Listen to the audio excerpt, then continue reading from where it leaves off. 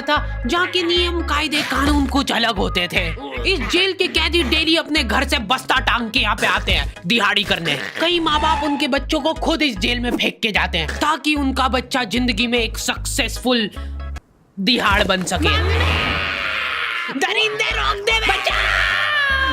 मैं अपनी दिहाड़ी करने वैन से जाता था। हमारी वैन वाले ड्राइवर का नाम था भैया जी और उसकी वैन का नाम था मैजिक, जिसका हर दूसरे दिन टायर पंचर हो जाता था। बच्चे लोग स्कूल जाके पढ़ना सीखे ना सीखे टायर पंचर बनाना जरूर सीख जाते थे। लेकिन भैया जी से मेरा अलग अटैचमेंट था। उनसे मेरे को दिल से नफरत थी। ये आदमी सुबह 5 बजे आके मेरे घर के सामने हॉर्न बजाता था। अरे भैयू, ओए भैयू, जल्दी से तैयार हो जा बेटा, 5 मिनट में निकलना है फटाफट। 9 बजे का स्कूल है यार हमारा। लेकिन ये आदमी सुबह सबसे पहले आके मेरे को लेता था। उसके बाद हम 3-4 घंटे पूरे शहर भ्रमण पे निकलते थे। शहर के पूरे आखिरी कोने से बच्चे ले लेके आता था ये आदमी। जहाँ पे वैन जा भी नहीं सकती उधर कूदा कूदा के ले जाता था ये, और फिर टायर पंचर हो जाते थे। शाम पड़े वापस से हमको घर घर छोड़ के आता था ये। जिंदगी बर्बाद कर दी थी भैया जी ने मेरी। सबसे पहले लेते थे और सबसे आखिर में छोड़ते थे। लेकिन मैं फिर भी उसी वैन में जाता था क्योंकि चमेली भी हमारी वैन में ही आती थी।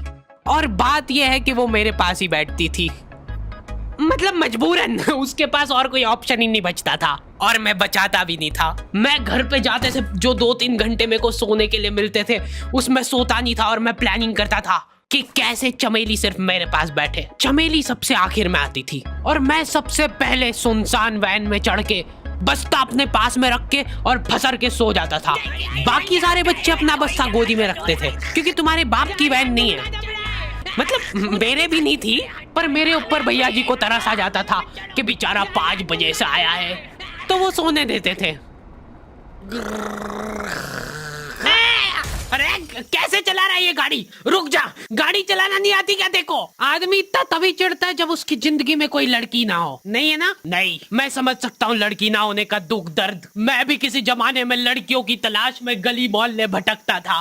फिर एक दिन मेरे पास से वो निकली। जैसे ही मैंने हैपन खोल के देखा उसकी आईडी मेरे फोन पे चमक रही थी। हैपन ये एक रियल लाइफ डेटिंग ऐप है। यहाँ पे तुमको वो लोग मिलेंगे जो तुम्हारे आस पड़ोस से निकले हो कभी ना कभी।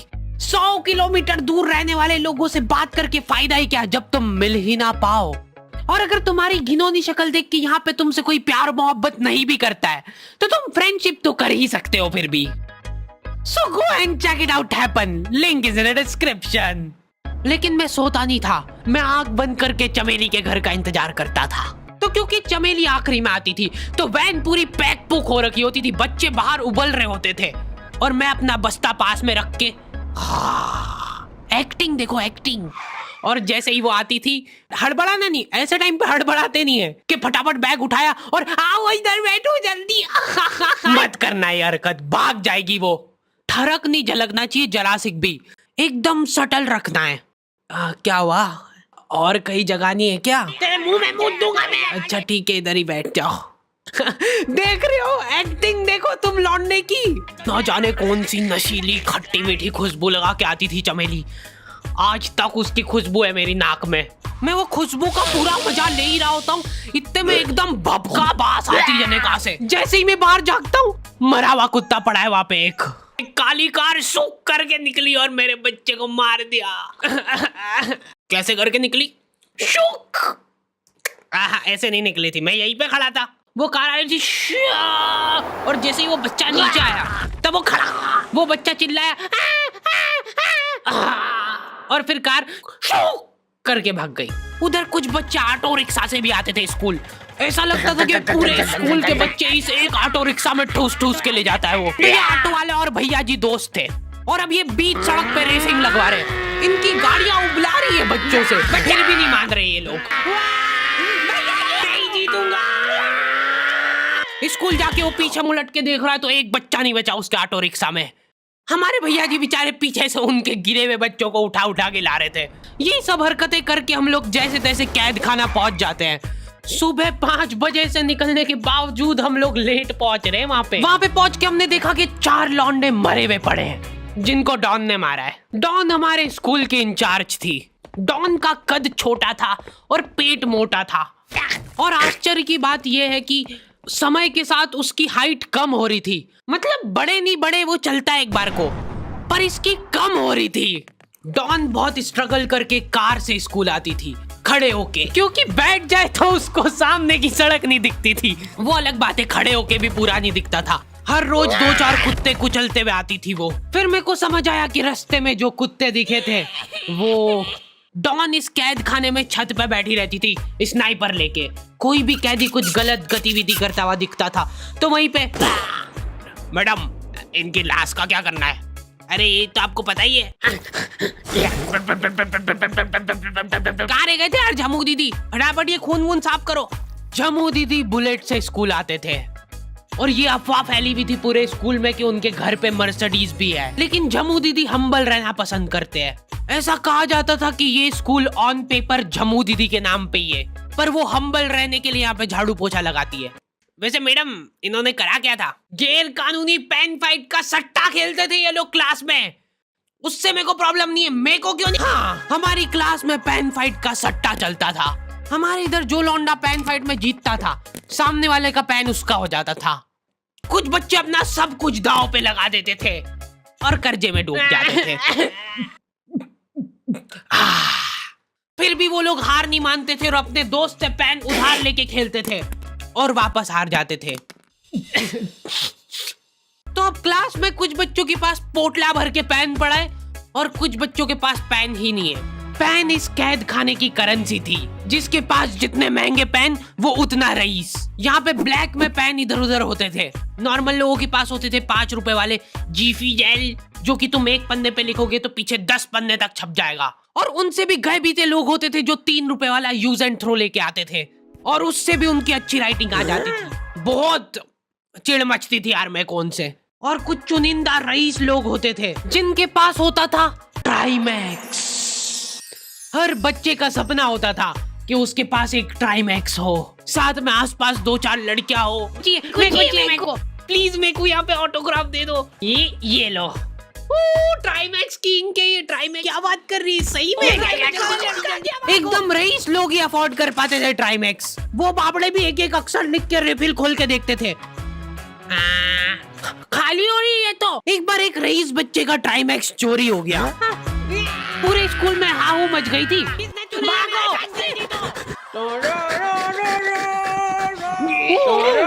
देखो, उस दिन हमको पता चला कि वो आदमी दौड़ भी सकता है। हमारे स्कूल में कुछ भी कांड हो रहा है, ये आदमी सबसे पहले दौड़ के आएगा, पूरा बैग खोल चोर, और बच्चों के बैग चेक करेगा। स्कूल वालों को भी इसकी सैलरी देते वक्त सबसे ज्यादा आखरती है। सैलरी किस चीज की? इस आदमी की शक्ल देख के ऐसा लगता था कि ये स्पोर्ट्स की आड़ में वैन वालों के साथ मिलके बच्चों की स्मगलिंग करता है। इस महान आदमी का नाम था भूषण। इसने अपनी जांग पे टैटू करा रखा था, भू अलग जांग पे, सड़ अलग जांग पे। सर कल से खो खो खेलने के लिए कितनी बजे आना है? वो तो बैग चेक करा पहले तू। इन्होंने पूरे कैद खाने के कैदियों को लाइन से खड़ा कर दिया है। पेन हमारी क्लास के बच्चे का गुमा है और पूरे स्कूल में ढूंढ रहे हैं लोग। आखिरी में पता चलता है कि वो बच्चा घर पे भूल के आ गया था उसका पेन। सॉरी बेटा, एक फेट में मुंह देगा।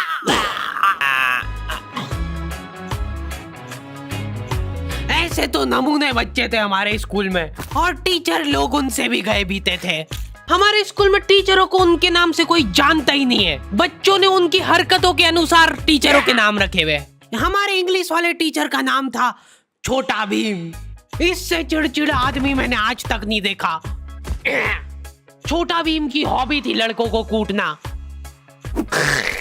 उस बेचारे की हाइट छोटी थी तो बच्चे के मुंह तक उसका हाथ ही नहीं पहुंचता था। बेचारा उचक उचक के मारता था, फिर भी कमर तक ही हाथ पहुंच पाता था उसका। एक पॉइंट पे मेरे को ऐसा लगने लग गया था कि उसको सैलरी लड़कों को कूटने की मिल रही है। कभी किसी बच्चे को बहुत ज्यादा मार दिया, घायल हो गया वो बेचारा, ये लो आपका एक्स्ट्रा बोनस।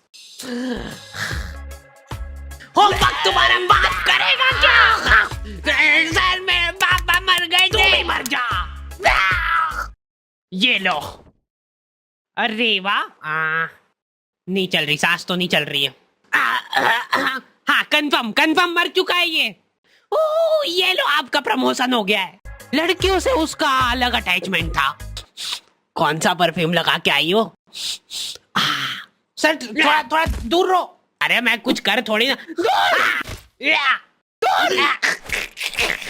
भोली सी सूरत और आंखों में ठरक लेके स्कूल आ जाता था ये डेली।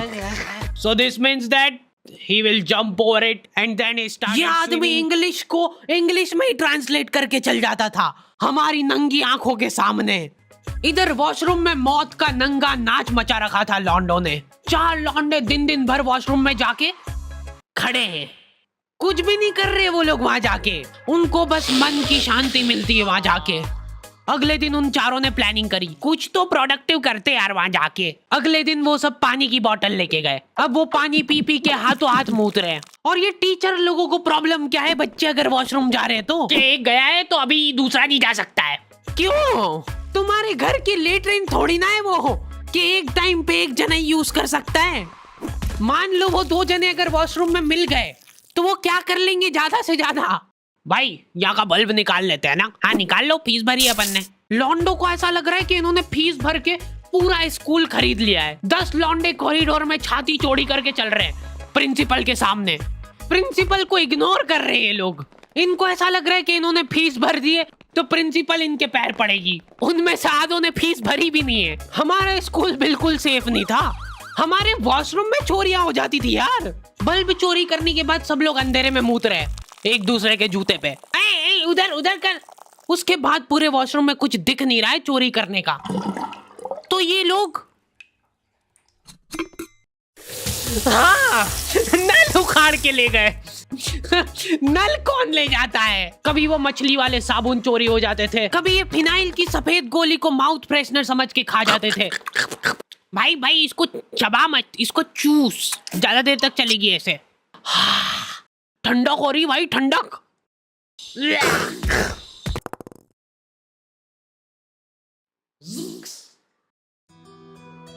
ओके तो दी एंड हो चुका है। होपफुली तुम लोगों को ये वीडियो पसंद आई होगी। अब कोई भी रोएगा नहीं। किधर गया? वो मर चुका है। लो भाई तुमको जो चाहिए था ले आया हूँ मैं। अपने दोस्तों को ब्लैकमेल करो उनकी गंदी फोटोज दिखा के कि उनको ये वीडियो मजबूरन देखना पड़े। बाकी अगर तुमको इसका सेकंड पार्ट चाहिए तो 2.5 लाख लाइक्स कर दो फटाफट। और हैपन चेकआउट करना बिल्कुल मत भूलना, लिंक मैंने डिस्क्रिप्शन में डाल दी है। मिलते हैं नेक्स्ट वीडियो में।